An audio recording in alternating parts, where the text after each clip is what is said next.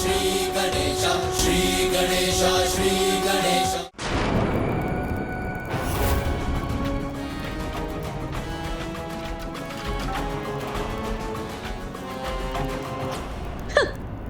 शक्तिशाली है, मायावी है सिंदूरा, किंतु इसकी मूर्खता इसे मृत्यु के अंधे कुएं में ढकेलने जा रही है। ब्रह्मदेव के वचन नहीं झुठलाए जा सकते।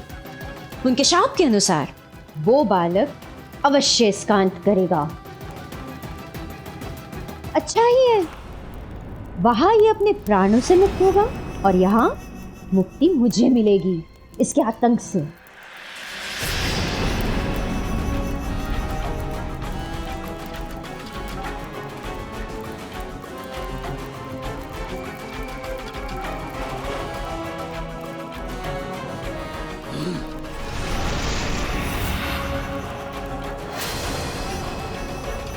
सिंगिका, तुम किस विचार में डूबी हो बताओ मुझे। कभी कभी किसी का अनुचित विचार ही उसके संहार का कारण बनता है। संहार? संहार का विचार? हाँ, मैं तो आपके हाथों से उस बालक के संहार का ही विचार कर रही थी।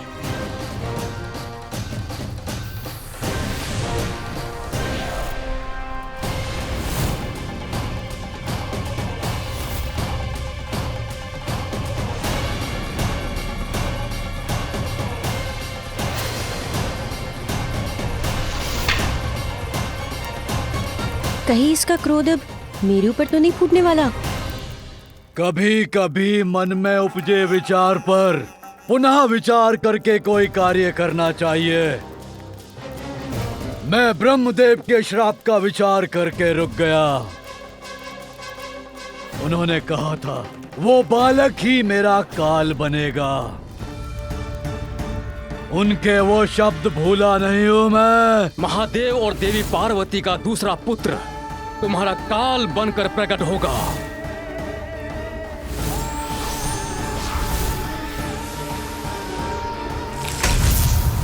संकट के मुख में स्वयं को प्रवेश करना मूर्ख का स्वभाव होता है और सिंदूरा मूर्ख नहीं है। इसीलिए उचित तो यही होगा कि मैं कैलाश और उस बालक से उचित दूरी पर रहूं। प्रतीत होता है सिंदूरा ने कैलाश जाने का विचार त्याग दिया है। मुझे कुछ करना होगा इसके लिए। समस्या है तो समाधान अवश्य होगा। सिंदूरा इस समस्या का उपाय अवश्य ढूंढेगा। अवश्य अंत होगा उस बालक का। तब तक धैर्य रखो बुढ़िया सिंगिका, शांत रहो। बच गई।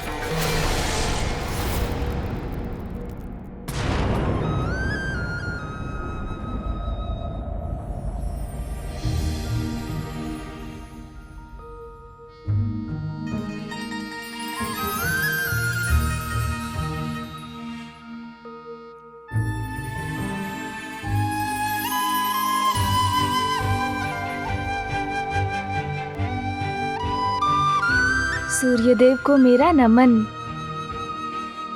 आपके आने से तो एक नवीन दिवस का प्रारंभ हो गया है। अब तो कुछ कार्य करना होगा मुझे, किंतु मैं क्या करूं?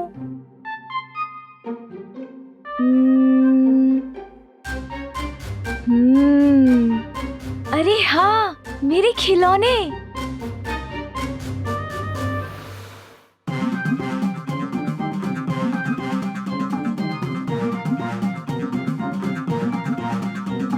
इसमें बैठकर हम कहीं भी यात्रा कर सकते हैं, है ना? मेरे प्यारे खिलौने, मेरे प्यारे खिलौने। पुत्र, माँ,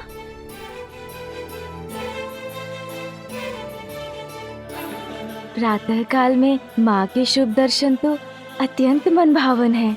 अरे ये क्या पुत्र, निद्रा से जागृत होते ही पुनः खिलौना से क्रीड़ा करने लगे। इनके साथ क्रीड़ा करने में तो मुझे बहुत आनंद आता है माँ। आइए ना। तुम्हारे साथ क्रीड़ा करूं? इसका समय ही कहाँ है पुत्र? मैंने तुम्हें बताया था ना, आज का दिवस अत्यंत महत्वपूर्ण है। चलो अभी अपने खिलौने छोड़ो, बहुत कार्य है आज। और सर्वप्रथम तुम्हें दातून करना है और फिर स्नान। दातून? ये क्या होता है माँ? तुम आओ तो सही, फिर तुम्हें बताती हूँ दातून क्या होता है। उचित है माँ, चलिए।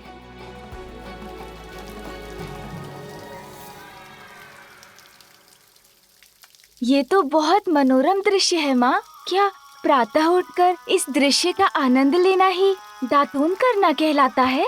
कितने प्रश्न हैं तुम्हारे पास पुत्र, कैसे सबका उत्तर दूंगी? ये वृक्ष देख रहे हो, ये नीम का वृक्ष है पुत्र। इसकी छाल, पत्तों और फल में अनेकों औषधियां निहित हैं, जो हमारे शरीर को निरोग रखती हैं। और इसी की टहनी को दातून कहते हैं पुत्र। ये देखो, ये है दातून।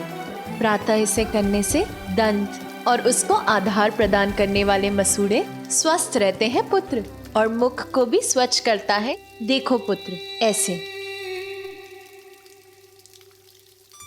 अब तुम करो।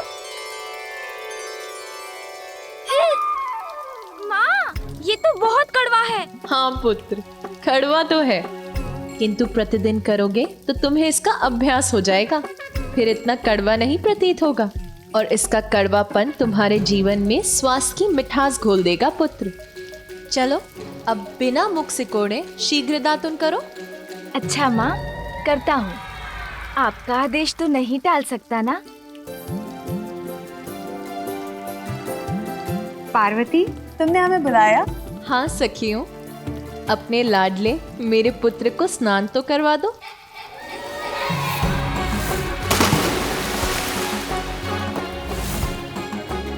मौसी जी, आप मेरे पिछले स्नान को लेकर अभी भी कुपित हैं क्या? किंतु उसमें मेरा क्या दोष? मैं जल में कूदा तो पानी आप पर छिटक कर आ गया। अच्छा, आज सावधानी से कूदूंगा कुंड में।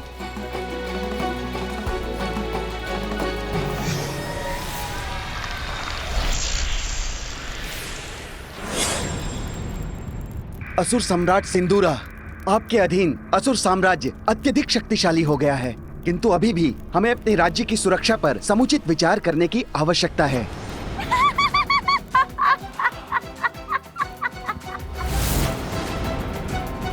ऐसी कौन सी बात है जिस पर तुम्हारी हंसी फूट रही है बुढ़िया सिंगिका? मंत्री जी, आप यहाँ से जाइए।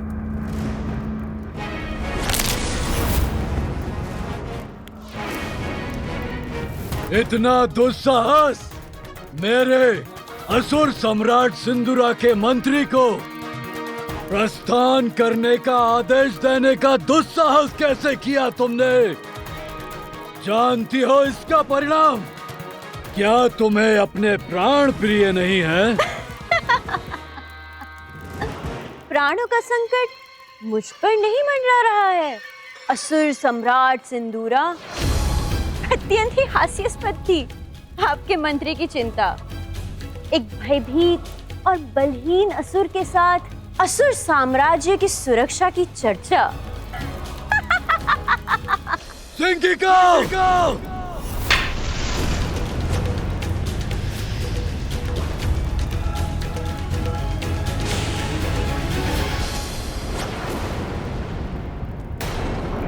ऊंचे स्वर में चिल्लाने से कोई महाबली नहीं बन जाता असुर सम्राट।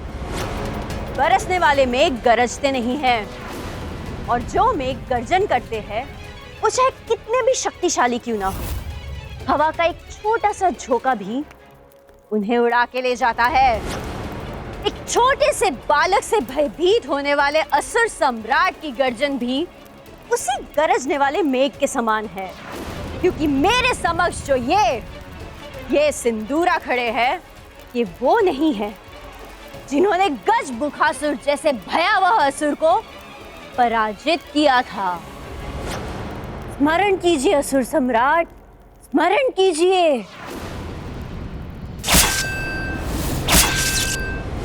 वो आप ही थे जिन्होंने केवल अपनी एक दृष्टि से भयावह गजमुखासुर को पराजित किया था। उसे पाताल के सिंहासन से हटाकर यहाँ के राज सिंहासन पर अपना आधिपत्य जमा लिया था। त्रिलोक विजेता होंगे आप। संपूर्ण सृष्टि केवल आपके नाम से थर थर कांपेगी। तब ऐसा प्रतीत हुआ था मुझे, किंतु आप स्वयं एक तुच्छ बालक से भयभीत होकर थर थर कांपने लग गए, और वो भी अर्ध बालक और अर्ध गज। उसके आतंक ने तेज कर दिया आपको। उस तुच्छ बालक से भयाक्रांत हो गए आप। मैं कुछ नहीं बोलूंगी, किंतु बस अब खीर पकनी शेष है। यदि मैं यहाँ नहीं होती तो मेरी पुत्री पार्वती ये सब व्यवस्था अकेली कैसे कर पाती? माँ, अभी तक आप तैयार नहीं हुई? आप भोग की चिंता मत कीजिए। पूजा और उत्सव के लिए मैंने उसका प्रबंध कर लिया है। तैयार हो जाऊंगी पुत्री। अब मैं बाहर जाकर वहाँ की व्यवस्था देख लेती हूँ।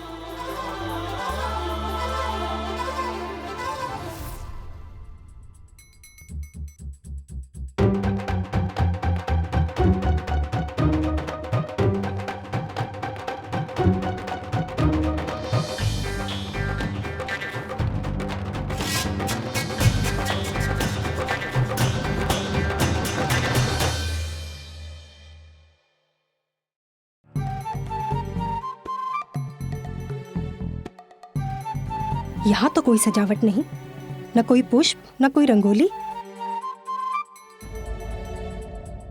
और ये गण तो ऐसे बुहार रहा है जैसे इसको किसी ने भारी दंड दे दिया हो।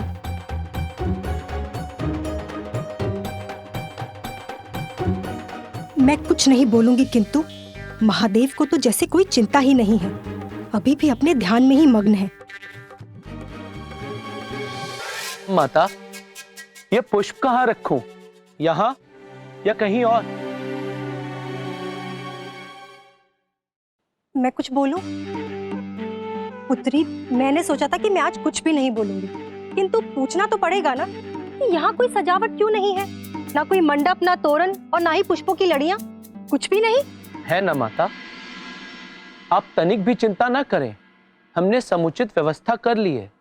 देखिए, यह गण कितनी तत्परता के साथ इस स्थान को स्वच्छ कर रहा है। बस वो होते ही हम दोनों इन पुष्पों से इस स्थान की सजावट कर देंगे। नंदी, आज सभी देवी देवता, यक्ष, गंधर्व आदि इस उत्सव के लिए यहाँ पधार रहे हैं, और तुम इतने ही पुष्प लेकर आए हो।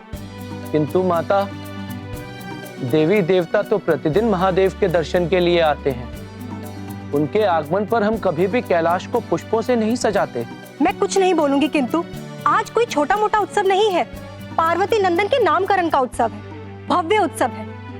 पुत्री पार्वती, तुम्हारी छठी और नामकरण के समय सारा राजभवन चमक धमक से जगमगा उठा था।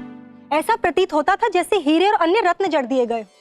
इतना भव्य उत्सव था, ऐसी सजावट कि जिसे आज भी विस्मय से स्मरण किया जाता है। किंतु यहाँ देखकर तो ऐसा प्रतीत हो रहा है कि कुछ भी विशेष होने वाला ही नहीं। कितने से पुष्पों से सजेगा ये भवन? शांत हो जाइए माँ, चिंता मत कीजिए। आप निश्चिंत रहिए। ये उत्सव मेरे छठी और नामकरण संस्कार से भी अधिक भव्य होगा। नीलकंठ,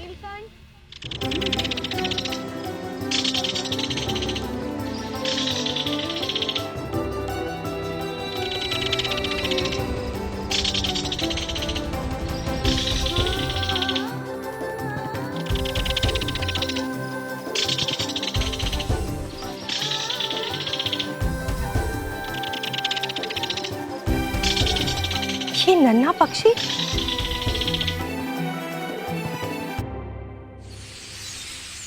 वक्रतुंड महाकाय बुद्धि के नरेश, रिद्धि सिद्धिदायी विघ्न हरता श्री गणेश। सुमुख नाम प्रथम पूज्य देव तुम विशेष, रिद्धि सिद्धिदायी विघ्न हरता श्री गणेश। उमा सुत के जन्मोत्सव के लिए सज रहे कहीं सुमन कहीं जले दिए। नीलकंठ पंछी सिंहराज गिलहरी, सज्जित कैलाश कर रहे हैं सभी। रंगोली तोरण और पुष्प लड़ी, गण प्रसन्न मैना अचंभित खड़ी। सारे जीव पूर्ण सामर्थ्य से व्यस्त, शुभ कार्य में सृष्टि जुट गई समस्त। वक्रतुंड महाकाय बुद्धि के नरेश, रिद्धि सिद्धि दाई विघ्न हरता श्री गणेश। जय देव जय देव जय देव जय देव। मेरे पुत्र के छठी और नामकरण संस्कार का उत्सव, इसमें तो संपूर्ण प्रकृति झूम उठे। वो ही उत्सव की संपूर्ण व्यवस्था करे, ये तो मेरी प्रबल इच्छा थी।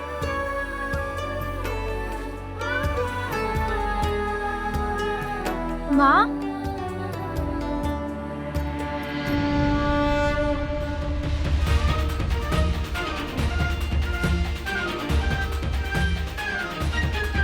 मेरे पुत्र, मेरे मंगल मूर्ति,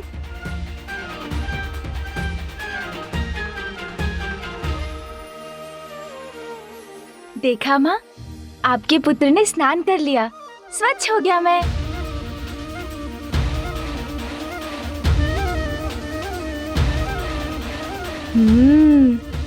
इतनी सजावट, वाह माँ, हमारा भवन तो बहुत ही सुंदर लग रहा है। और ये फल तो बहुत ही सुंदर है माँ, स्वादिष्ट भी होंगे। अब तो इन्हें खाना ही होगा।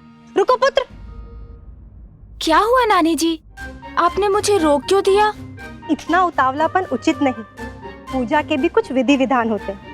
आज तो तुम पूजा संपन्न होने के बाद ही भोजन प्राप्त कर सकोगे। हाँ पुत्र, नानी माँ उचित कह रही है। आज तुम मेरी अनुमति मिलने तक कुछ भी नहीं खाओगे, समझ गए ना? हाँ माँ, समझ गया मैं।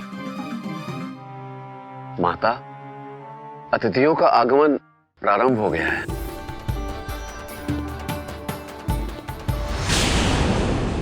भूल रही हो बुढ़िया सिंगिका, वो बालक महादेव और देवी पार्वती का पुत्र है। और आप भूल रहे असुर सम्राट सिंदूरा कि आप स्वयं ब्रह्मदेव के पुत्र हैं, जिन्होंने स्वयं अपने पिता सृष्टि के रचयिता ब्रह्मदेव को भी भयभीत कर दिया था। क्यों ना मैं आपको ही अपनी भुजाओं में आबद्ध करके देख लूं कि आपकी ये दी हुई शक्तियां प्रभावी है भी या नहीं। उचित कह रही हो तुम सिंगिका, ब्रह्मदेव का श्राप है तो क्या हुआ, उनका वरदान भी तो प्राप्त है मुझे। अपनी भुजाओं में भरकर मसल के रख सकता हूँ अपने शत्रु को मैं। शत्रु के मस्तिष्क पर नियंत्रण पाकर उसका अंत कर सकता हूँ मैं पुत्र हूँ ब्रह्मदेव का, और वो तुच्छ बालक मेरा सामना नहीं कर सकेगा। वध करूंगा मैं उसका।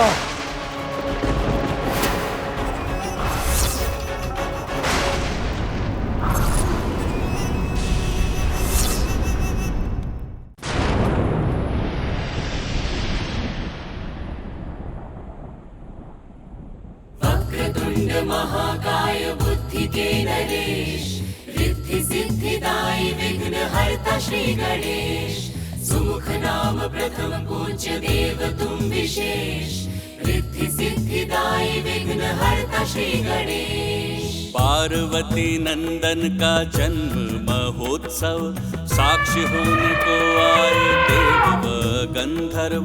बाल मुनि सप्त ऋषि गण भी सारे, सपत्नीक ब्रह्मा विष्णु भी पधारे। नभ से उतरते वाहन सुसज्जित, कैलाश सज्जित व पूर्ण व्यवस्थित। नंदी श्रृंगी प्रेत तोतला सब गण, अगुआई अभिनंदन करके प्रसन्न। जया एवं विजया व मैनावती, उप हिमावंत साथ द्वारे खड़े। वक्रतुंड महाकाय बुद्धि के नरेश, रिद्धि सिद्धि दाई विघ्न हरता श्री गणेश। जय देव जय देव जय देव जय देव जय देव जय देव जय देव जय देव।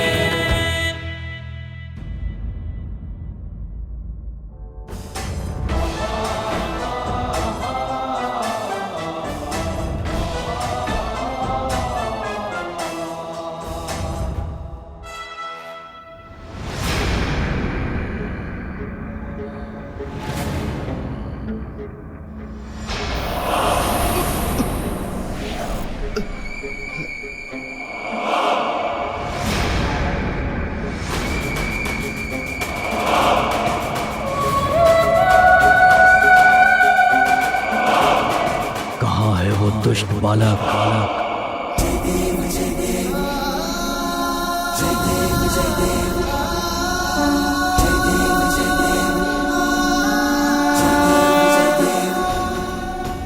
जय जय श्री गणराज विद्या सुखदाता, धन्य तुम्हारो दर्शन बेरा मन रमता। जय देव भाव भगत से कोई शरणागत आवे, संतत सम्मत सबही भरपूर पावे। ऐसे तुम महाराज मोको अति भावे, कोसा भी नंदन निश दिन गुण गावे। जय देव